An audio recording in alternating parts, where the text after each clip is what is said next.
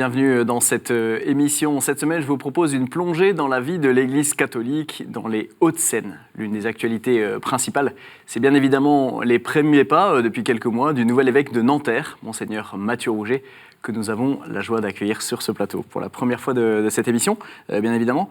Je rappelle deux choses qui font de vous un invité un peu particulier pour nous. Déjà, vous êtes l'évêque de Catéo, puisque Catéo est situé à Malakoff. Et puis, vous êtes aussi un ancien collaborateur de notre antenne. On est ravis de vous recevoir sur ce plateau. Merci. Monseigneur, vous avez été nommé évêque le 5 juin dernier. Votre ordination a eu lieu le 16 septembre en la cathédrale de Nanterre. Comment est-ce que vous avez vécu cette nomination et puis cette messe d'ordination qui est toujours un moment un peu particulier?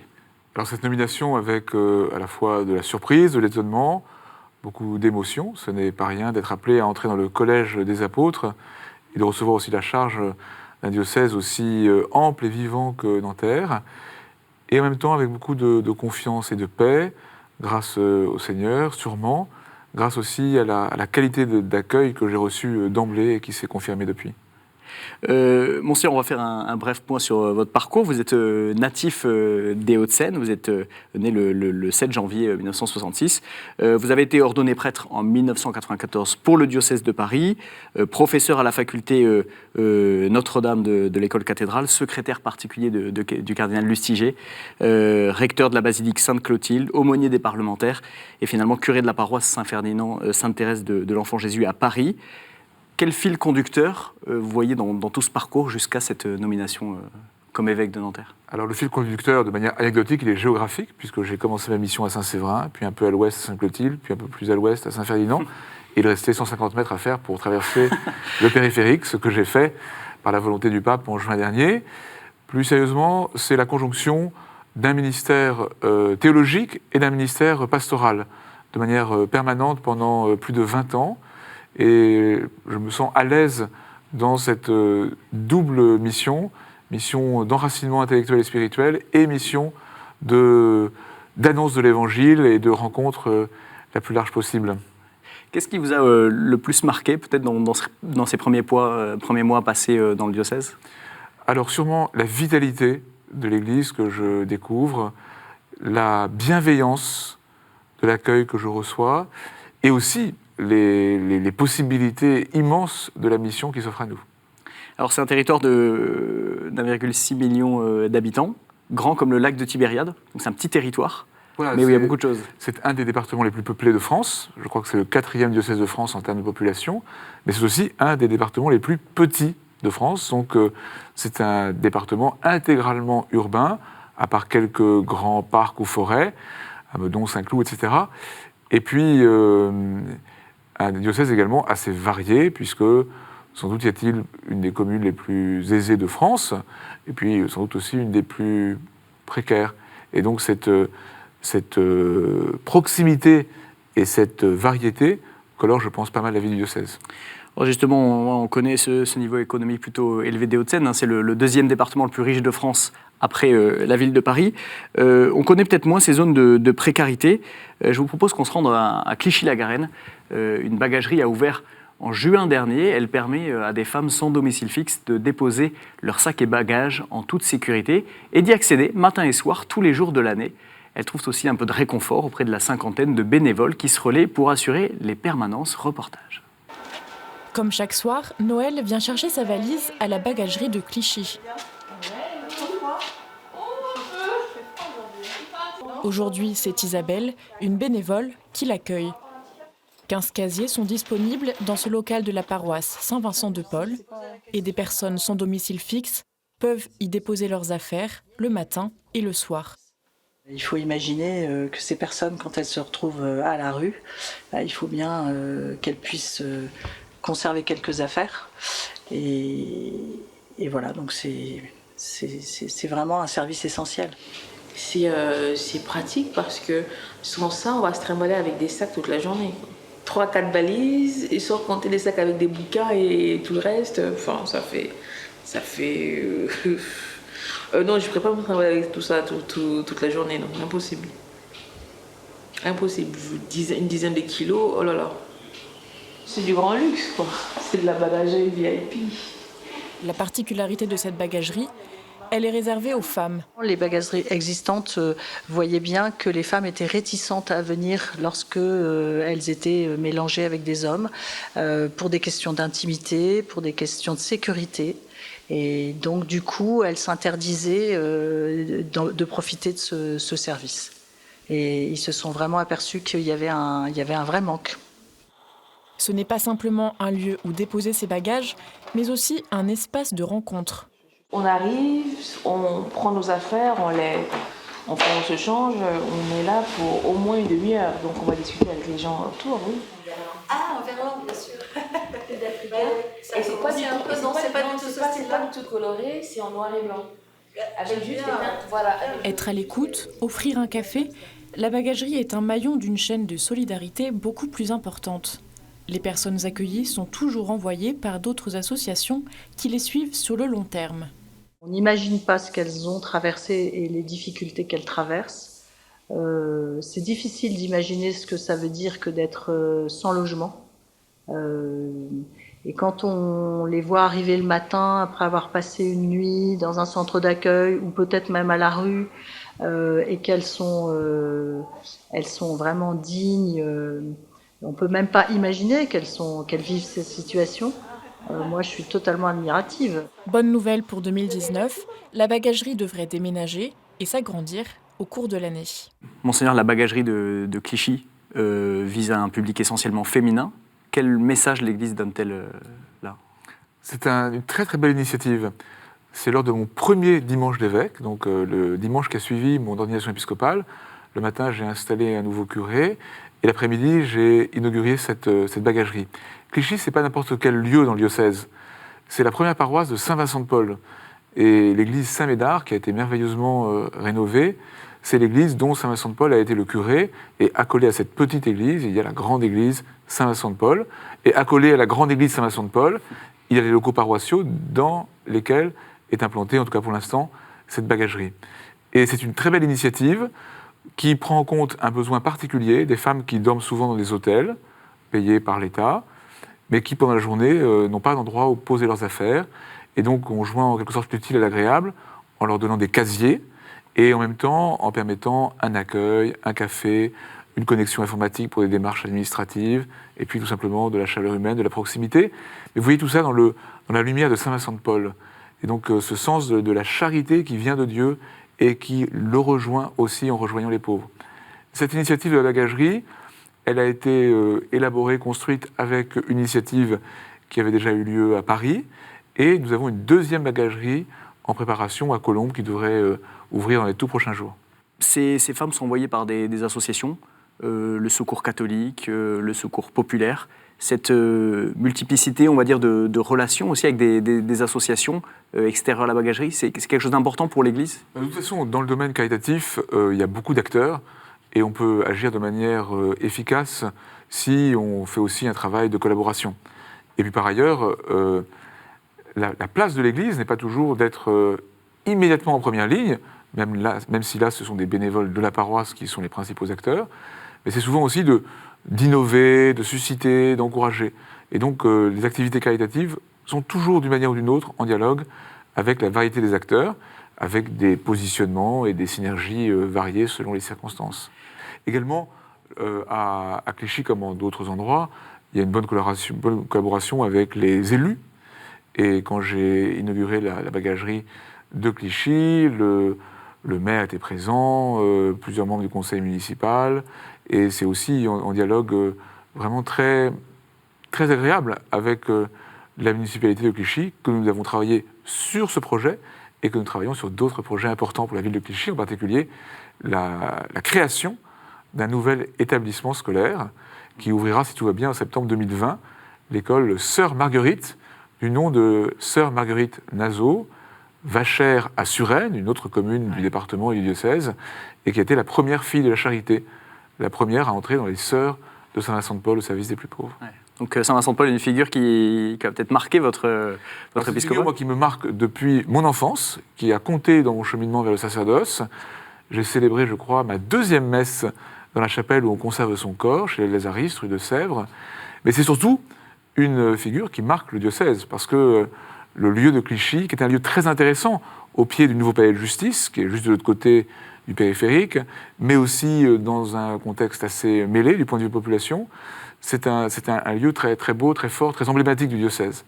Et c'est le cas de communautés, moi, qui me réjouissent énormément dans le diocèse, où il y a la rencontre de populations variées, avec une présence significative d'Antillais, d'Africains, qui, avec tous les autres, mettent un climat de chaleur, de ferveur, d'enthousiasme spirituel extraordinaire.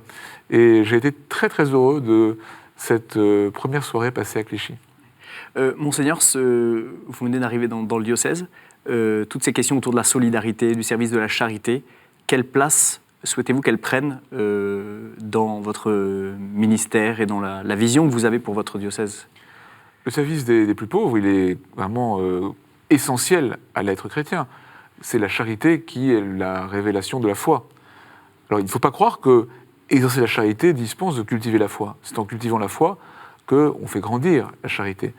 Mais c'est sûrement Galates 5, 6, la foi qui agit par la charité, qui résume un peu l'action apostolique de l'Église. Former la foi, inviter à l'enracinement spirituel, en vue du service pour qui manifeste la vérité de l'acte de foi. Votre devise, vous l'avez déjà choisie? Ah oui, je l'ai annoncé d'ailleurs en primeur sur KTO le jour même de ma nomination, Sursum Corda, haut les cœurs. C'est ce que le prêtre dit au début de la préface. Le Seigneur soit avec vous, élevons notre cœur, Sursum Corda en latin, élevons nos cœurs. Et d'une part parce que ça fait écho à une parole de saint Paul, nous sommes appelés à rechercher les réalités d'en haut, donc c'est vraiment la dimension d'enthousiasme spirituel à laquelle nous sommes appelés. Et puis, il y a le cœur. Et le cœur, c'est le lieu de la rencontre avec Dieu, et c'est le lieu de la vraie rencontre humaine. Et vous voyez, c'est aussi une des caractéristiques de l'engagement proprement chrétien sur le plan caritatif. Il ne s'agit pas simplement de fournir des prestations, mais d'ouvrir la possibilité d'une relation. Et je crois qu'aujourd'hui, beaucoup de personnes en souffrance souffrent du point de vue matériel, mais souffrent davantage encore d'une solitude du cœur. Et c'est par la rencontre des cœurs que quelque chose de décisif peut leur être apporté. Alors, il y a justement une mission qui touche particulièrement le diocèse de Nanterre, où des couples essayent de se mettre au service de cette mission de l'accueil. Ce sont les foyers d'accueil, voilà, ces familles qui décident de prendre entre 3 et 5 ans pour servir dans une paroisse. Je vous propose d'écouter ce témoignage. C'est vraiment une mission d'attention aux autres, d'accueil. On n'accueille pas les gens chez nous, mais en fait on vit dans les lieux de la paroisse, donc dans le presbytère, si on peut dire, au-dessus des salles paroissiales. Et notre mission, c'est vraiment d'être disponible pour les gens qui ont besoin, d'être à l'écoute. C'est aussi effectivement, par notre manière de vivre et par le fait qu'on habite au milieu d'un quartier, c'est d'être un signe aussi d'une famille chrétienne. On emmène nos enfants à l'école, à la crèche, donc effectivement on connaît les gens du quartier, on vit dans ce quartier, donc c'est aussi un rayonnement. Les gens nous voient rentrer dans le bâtiment à côté de l'église ou ouvrir et fermer l'église chaque jour. Donc effectivement c'est aussi une visibilité pour le quartier. Nos enfants sont encore petits, mais voilà, ils sont très à l'aise dans l'église. Ils viennent régulièrement nous aider à ouvrir, à fermer, à remettre des bougies, à enlever des papiers. Donc voilà, c'est aussi un lieu qu'ils connaissent et qu'ils s'approprient. Je trouve que c'est stimulant aussi dans notre foi et pour notre vie de famille avec nos enfants d'être vraiment au cœur. Moi, je ne connaissais pas du tout la vie d'une paroisse. Donc j'ai découvert avec la mission de foyer d'accueil et je trouve ça très riche en fait de rencontrer toutes les personnes qui agissent au cœur de la paroisse. Je vis mieux ce temps de célébration, de messe, parce que je me sens entouré de paroissiens que je connais. Et je me sens faisant partie d'une communauté. Voilà. Et pas juste participant, je rentre dans l'église, je m'assois et je repars. Donc, Monseigneur, il y a 28 foyers d'accueil dans le diocèse. Ça représente plus de 10% des missions de laïcs dans le diocèse de Nanterre. Comment expliquer ce succès et le fait que chaque année, il y en a au moins un de plus? j'espère qu'on va continuer à faire grandir le corps des foyers d'accueil. Eh bien, c'est très important que d'une manière ou d'une autre, la mission soit prise en charge par tous les baptisés. Nous avons 86 paroisses dans le diocèse, regroupées aujourd'hui en 51 ensembles paroissiaux. Donc, ce qui veut dire qu'il n'y a pas toujours des prêtres qui logent dans chacune des églises. Et du coup, c'est bien que tous les presbytères demeurent ouverts, habités, accueillants, et que de cette manière-là aussi, de manière assez simple, hein, comme nous l'avons vu, mais par la présence, l'accueil, quelques activités, eh bien, chaque lieu où peut se rassembler la communauté soit un véritable lieu vivant. Et dans mes premières visites dominicales de paroisse en paroisse, j'ai déjà été dans presque toutes les communes du diocèse, j'ai été très heureux de rencontrer les foyers d'accueil. Je pense par exemple, j'ai eu la grâce de consacrer le nouvel hôtel de l'église Sainte-Lucie à Issy-les-Moulineaux, très bel hôtel de Jean-Jacques Brice. Et c'est un lieu précisément où la présence ecclésiale est rendue effective jour après jour par un foyer d'accueil qui avait beaucoup contribué à la préparation de cette liturgie, en rassemblant pas mal de jeunes couples et familles pour les chants, la liturgie, les instruments, mais aussi pour le déjeuner paroissial qui a suivi, pour l'accueil. On sentait une maison habitée. Et c'était extrêmement réjouissant de le découvrir, mais j'ai vécu cela dans beaucoup d'endroits. Je pense le 1er janvier au matin, je suis allé célébrer la messe de Sainte Marie Mère de Dieu, Journée mondiale de prière pour la paix, à l'église Notre-Dame de la Paix de Suresnes. Et un foyer d'accueil était là, le 1er janvier au matin, pour l'accueil à la paroisse, pour un verre amical qui, le 1er janvier, nous a permis de partager des vœux. Et c'est vraiment un trésor pour le diocèse. Et s'il y a des téléspectateurs qui sont intéressés par cette mission, qui n'hésitent pas à se manifester. Vous êtes toujours en recherche de couple. Monseigneur, le diocèse de Nanterre est un diocèse pionnier, puisque les foyers d'accueil sont apparus il y a 30 ans, en 87, dans le diocèse, dans les paroisses de Vanves et de Saint-Cloud. Est-ce que d'une certaine manière, c'est aussi une réponse à la crise des vocations? Puisqu'il dit qu'il y a des bâtiments vides, moins de prêtres, et il faut les habiter, il faut qu'il y ait de la vie. Alors, c'est surtout une réponse à l'appel à tous les baptisés qui sont faits pour être missionnaires et pour prendre en charge la vie de l'Église. Bien sûr, si nous avions davantage de prêtres qui remplissaient tous les presbytères, il y aurait moins d'appartements à proposer aux foyers d'accueil, mais à la limite, ça vaudrait la peine d'imaginer quelque chose pour permettre qu'il y ait aussi des foyers d'accueil. Donc ce n'est pas une réponse de deuxième ordre à une pénurie sacerdotale, c'est dans un contexte où nous avons la grâce d'avoir des prêtres, j'aimerais qu'il y en ait encore davantage, eh bien, de permettre une collaboration spécifique. Vous disiez que le diocèse a été pionnier dans ce domaine.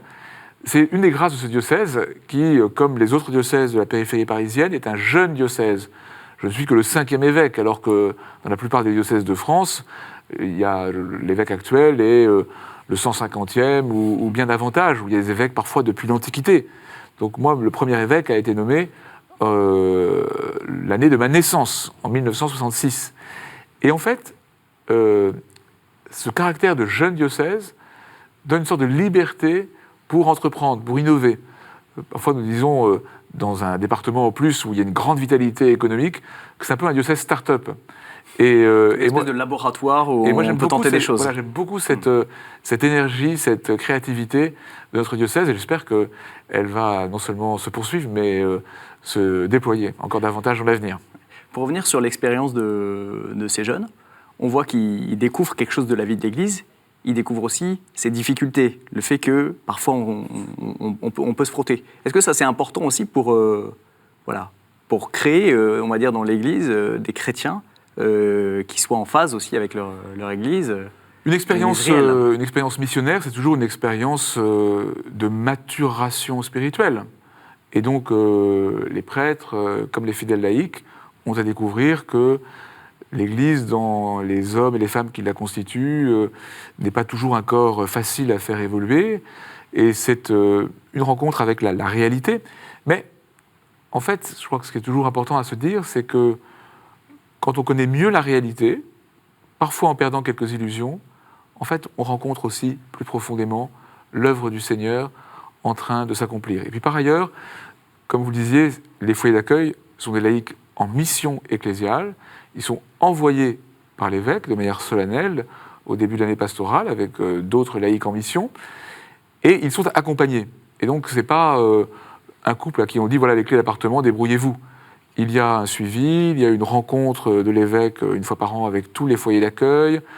Nous les invitons à se former, à vivre un accompagnement spirituel pour leur permettre de vivre ce service ecclésial, y compris avec ce qui peut avoir parfois de peu difficile, voire douloureux, comme une occasion de maturation spirituelle.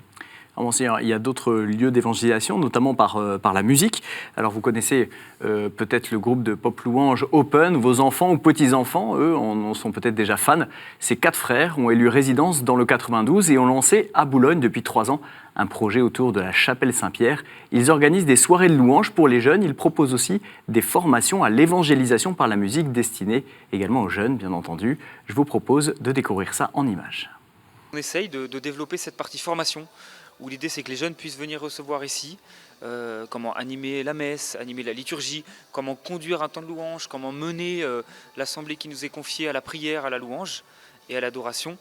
Donc qu'ils puissent venir ici se former, vraiment se ressourcer et puis partir après aux 4 coins du diocèse, aux 4 coins de la France pour porter ces temps de louange, animer la messe, animer la liturgie. Nous on essaye de rejoindre les jeunes et les moins jeunes là où ils sont. Aujourd'hui c'est un monde beaucoup d'images, de musique. Les gens n'ont jamais autant écouté de musique qu'aujourd'hui. Du coup, on essaie de les rejoindre à travers nos chants de louange, à travers cette parole de Dieu qu'on met en musique dans nos albums, dans nos chansons, qui ne sont pas simplement des chansons qu'on essaye de faire actuelles, dans les rythmes du moment, mais des chansons qui sont empreintes de louange, de parole de Dieu. On n'est pas des simples musiciens, on est vraiment des personnes qui voulons prier Dieu à travers cette musique. Lorsque ton peuple t'appelle, tu viens en nous le réveil. Nos livres relevés par ta promesse éternelle, nos mains et nous élevons nos mains. Avec mon groupe, donc le groupe Praise, on est en formation avec Open exactement. On travaille avec eux régulièrement, toutes les semaines, dans leur studio. Et puis après, on travaille avec eux aussi sur notre tournée à nous, nos concerts, et puis on joue un petit peu avec eux de temps en temps. On apprend d'abord à jouer de la musique, on apprend à travailler la posture de la louange, à travailler la posture de conducteur de louange, et puis aussi on travaille un peu la théologie avec eux, l'étude de la Bible, qu'est-ce que Dieu nous dit chaque jour. L'idée c'est d'abord de conduire des temps de louange, et puis aussi ensuite de présenter à des gens qui sont peut-être un peu plus loin de la foi, qui connaissent moins l'Église, qui connaissent moins le message de Jésus, leur présenter notre prière, leur présenter notre foi.